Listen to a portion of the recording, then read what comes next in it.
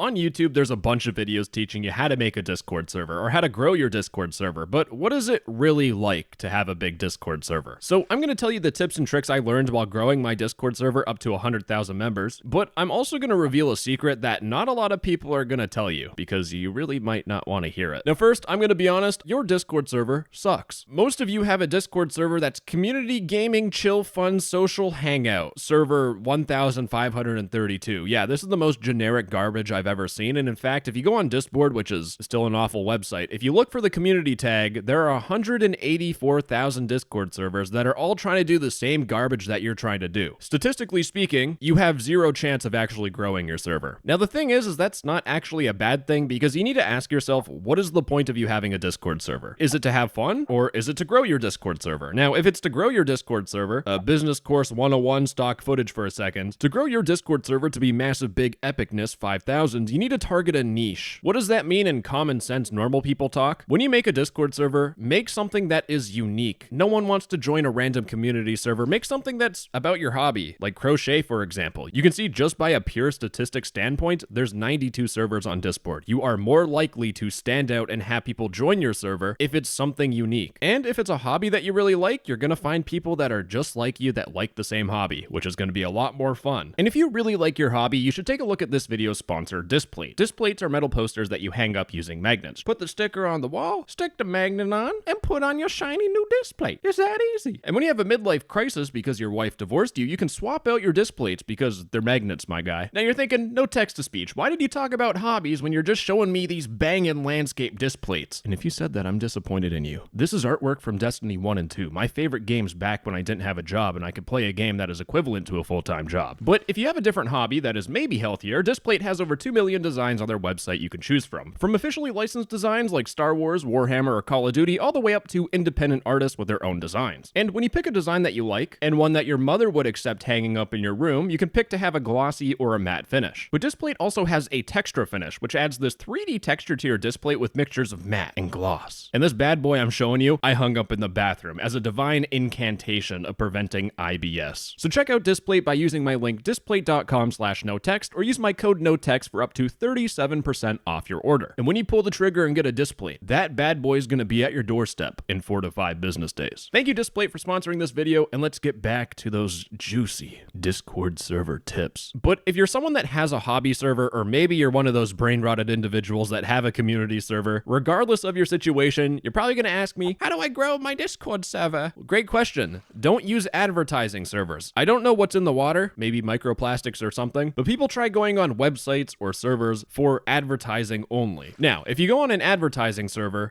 the only people that actually go on this server are people that are also trying to advertise their server. The people that join aren't here to join, a new server to hang out in for the rest of their eternity on the internet. The real secret of growing your Discord server, which works really well, is just going to a big Discord server, and in your bio, just put a little invite link to your Discord server. Now, for the love of God, do not go into chat and say, guys, check my bio for my cool Discord server. That's not the point of this. The point of putting your server invite in your bio is that when you make friends on a big Discord server, if they want to hang out with you more, you guys want to talk about something different than whatever the server is about, they can join your server to hang out. Now, if you have a big server or a small Discord server, it doesn't matter. Chances are you're going to think, what Discord bot do I use? And if you look at websites, you're going to get lost in the sauce because there's like 500,000 million gazillion Discord bots. The main thing when you have a Discord server is you need 3 types of Discord bots. You need a moderation and a logging bot. So a bot like Sapphire or a bot like Dino. If Sapphire was a real human being, I'd take it out on a date. I love it so much. But the second type of Discord bot you need is an anti-raid bot or an anti-nuke bot, because it's the internet. You will have people that will try to raid your Discord server by just having a whole bunch of bot accounts join it. In my eyes, this is mandatory for any Discord server, unless you want to waste a couple hours banning a whole bunch of people, which you guys will probably do a couple times if you have a big Discord server. And the final type of Discord bot you need is either a tickets or a mod mill bot. You gotta deal with people's problems. Oh, let's use a mod mill bot. It looks so fancy and professional. Don't. Mod mill bots are a pain in the ass.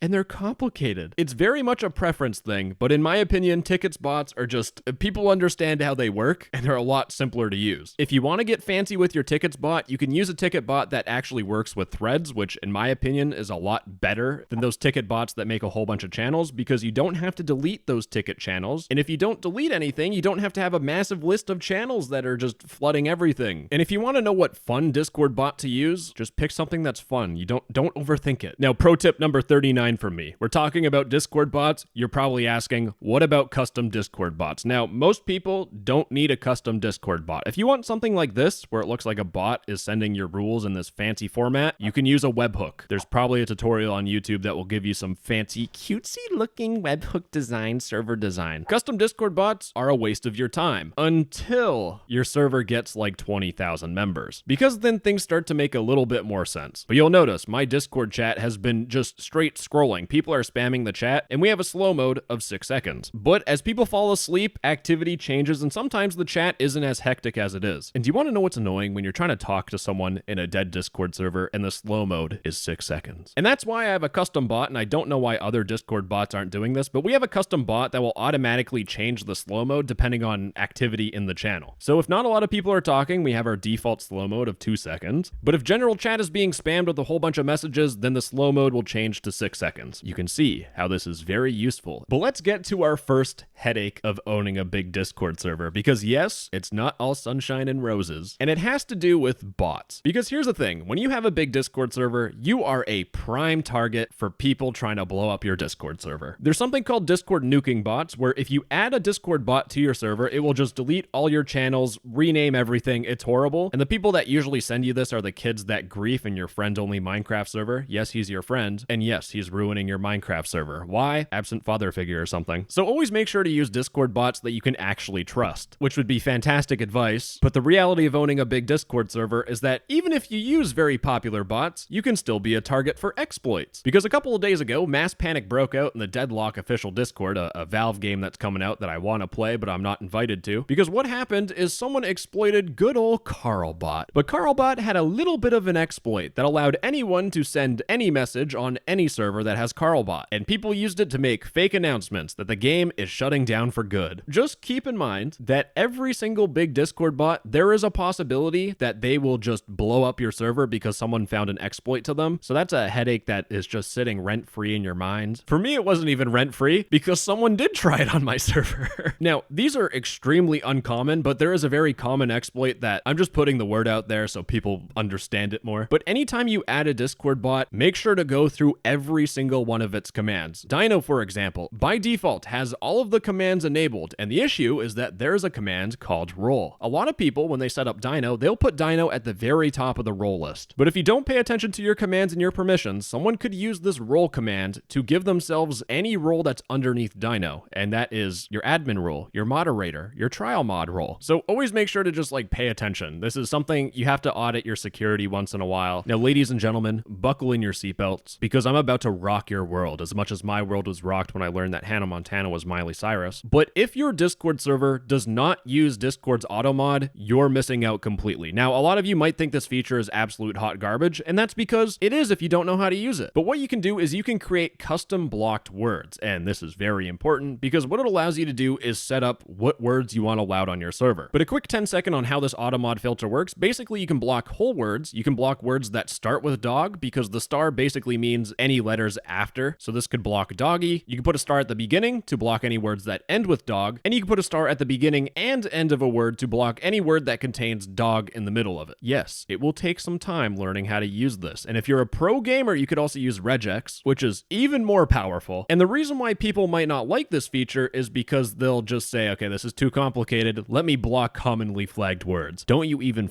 think about clicking on the setup button. This filter sucks. If you say a swear word, you're getting sent to the Shadow Realm. Now, this is just in a test server, and prepare yourself. When I go to my Discord server, our AUTOMOD is just a little bit too complex to put in a single YouTube video. The thing, though, is that if we go back to our test server, you can't automatically ban people or warn people if they send a message. You can only time them out. And that's where we get to my second love, Sapphire. Because the Sapphire bot I was talking about allows you to do things settings based on Discord's built-in auto moderation. But with Sapphire, we have a system where if you send a medium custom keyword, which is basically like down bad, delirious, horn dog type words, we have a system where if you send the message once in the past 7 days, Sapphire will just DM you saying, yo, what's up?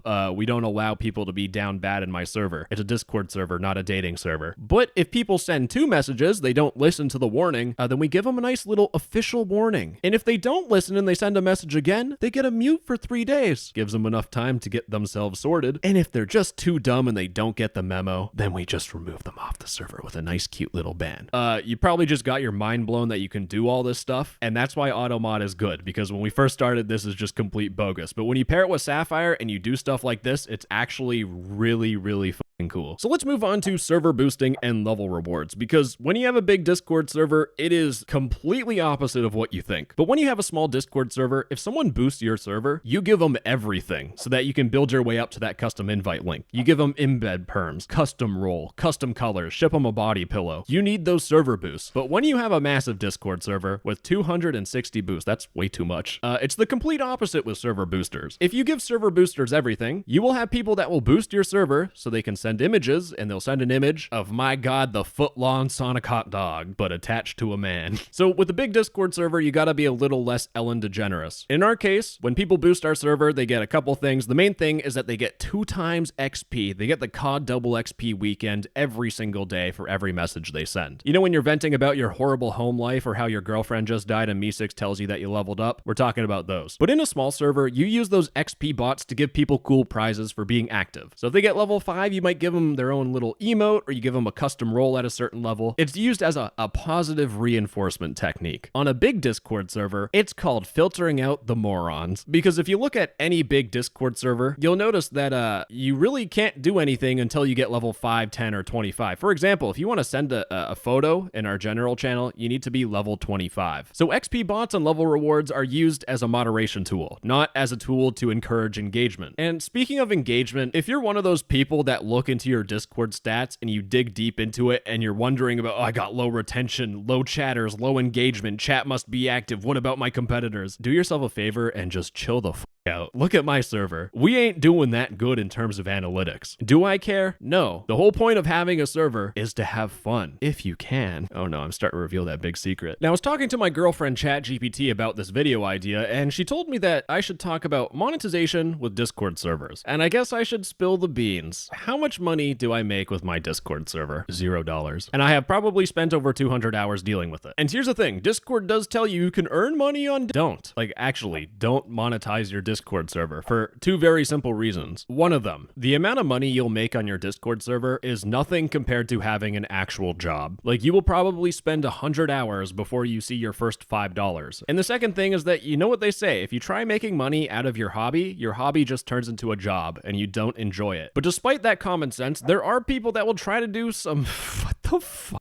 If you've been banned from our server and wish to rejoin, there will be a fee of $50 to $100 depending on the severity of your ban. Here's a reality check. No one's gonna pay $50 to get unbanned from your Discord server. And if someone does give you $50, this is just gonna cause a whole bunch of drama. We'll get to that later. There are also people that will make Discord servers where if you join them, you get messaged by every single bot that exists on Discord. Here's a bit of advice. If you join a Discord server and you get more than 1 Discord bot DMing you, you leave the server. The people that run that server aren't there to build a community and have fun. They are there to try and milk you for every dollar they can. That is not a place that you want to be on. Now we have one more big topic left before I get to that secret I've been teasing you this whole video with. On your Discord server, your staff make or break your user's experience, your community's experience. If you have bad staff, you're gonna have a bad server. And to start off, how do you effectively organize your staff? What staff roles should you have? First, you have an admin role. This is someone that you can trust fully with your whole entire Discord server, because you're gonna give them admin role, which allows them to mess with Discord bots. With the administrator permission, they have the ability to completely blow up your server. The second role you should have for staff is a moderator role, obviously. These are people that can kick and ban and time out people on your server. They do not need administrator permission. They do not need managed server permission. Only give them the permissions that they need to do their job. When you give people too many permissions, you're just opening yourself up for your server to be blown up. And finally, have a trial mod role. When you go through staff applications, you give someone trial mod where they have 2 weeks to prove whether or not they're moderator material or if they're not. The expectation that this is a temporary role allows you to easily demote people and promote people and reward good behavior. And on the topic of picking trial mods, let's talk about staff applications. In your staff application, you want to ask questions that allow you to pick the best staff member. And to pick the best staff members, you want to pick staff that have been on your server long enough to understand how the community is and how things should operate. You want to pick staff that can deal with issues without getting upset. And finally, you want to pick staff that can judge adequate punishments for people. And to be honest, you're going to pick bad staff members. It happens. It's a learning experience. That's what trial mod is for. It's just something that you learn as you grow. Oh, that was all optimistic. Let's get to the second headache with having a big Discord server. It's staff security. Because if you have staff on your server that can ban people or mess around with bots, people are going to try and hack your staff. And in fact, this happens all the time in NFT communities. There's an NFT dude, Polygon community Discord. It's been compromised because someone got hacked. And the people that hack these crypto Discord servers, they put in like a fake scam so people lose all their money. But it doesn't even matter if you're in a crypto server, people will try to hack your staff. Now take shelter because I'm about to drop a knowledge bomb on you, but there are people that will try to impersonate your staff and ask you, hey, can you move my staff from this account to my alt account? What this person is trying to do is sneak into your staff team and use those permissions to blow up your server. So what you do is you give every single one of your staff members a unique code. We just used some like crypto seed phrase generator. But what you do is you send this combination of words to your staff member and you tell them to save it in their phone. Then once they save it in their phone, you delete the message and you put this code into a big spreadsheet. This is our actual spreadsheet. And if I don't censor this, then the whole entire system is broken and I get yelled at. But you save every single staff member's code in a spreadsheet that only you can access. So if a staff member actually does lose their account or they want to change which account has staff, they will have to tell you their code. If they lose their code, they don't get staff. But if they do tell you the code, you need to go back and generate a new code and give them the new code. This seems complex, but that's what you have to do when you have a big Discord server. Next up, how do you take care of your moderation team? Now, I don't know what it is, but there are people that will treat their server staff horribly. You have to moderate for 3 hours a day. That sounds like a job. But your Discord staff are people that set their time aside to help you with your server. They should be treated with the most amount of respect possible. If you want to have a happy staff team, encourage them to take breaks. Have a channel where they can just say, I'm going on break and leave for however long they want. Give them special roles or reward them for helping you out. Try to build a friendly staff environment. Everyone should be friendly towards each other. Ideally, because the final thing I want to talk about is demoting staff. And it doesn't matter how good of a server owner you are, you will have to demote a staff member at some point, whether they mod abuse, cause issues, or they just don't exist anymore. They fell off the face of the earth. Now, when you demote someone, you need to ask yourself a very simple question. The person that I'm gonna demote, are they helping the server overall, or are they causing problems? If the staff member only causes problems, demote them. But if they help out the server and cause a couple problems, just give them a warning. And now I think it's time to get to that big secret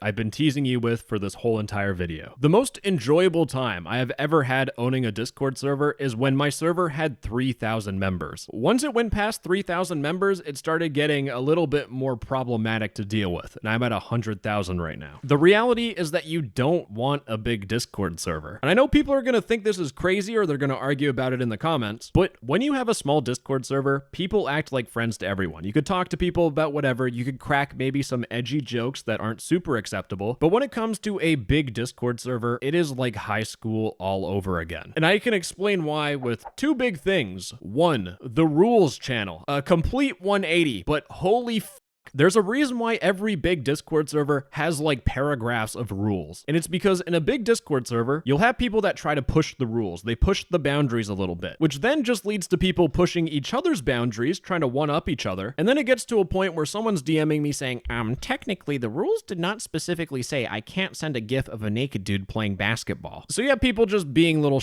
heads in general. I'm used to that. But you know how I said owning a big Discord server is like going back in time to high school? Well, it's because Discord servers are the breeding ground for pointless drama that I just don't give two shits about. But the more people you have concentrated on one Discord server, the more drama you're gonna get. No text-to-speech, he griefed my Minecraft server, ban him! My brother in Christ, why are you telling me I'm not a diary? This actually happened once. So owning a big Discord server is not as fun as you think. When it gets big, it starts becoming a job, and it can be really annoying. So please stop wasting the fun you have in your Discord server now by trying to grow it into a big, boring Discord server. Any hoot hollering and a half, gamers? That's all I got. Hopefully it was somewhat helpful or insightful. If it wasn't, anyways, bye-bye. I love you. Mwah!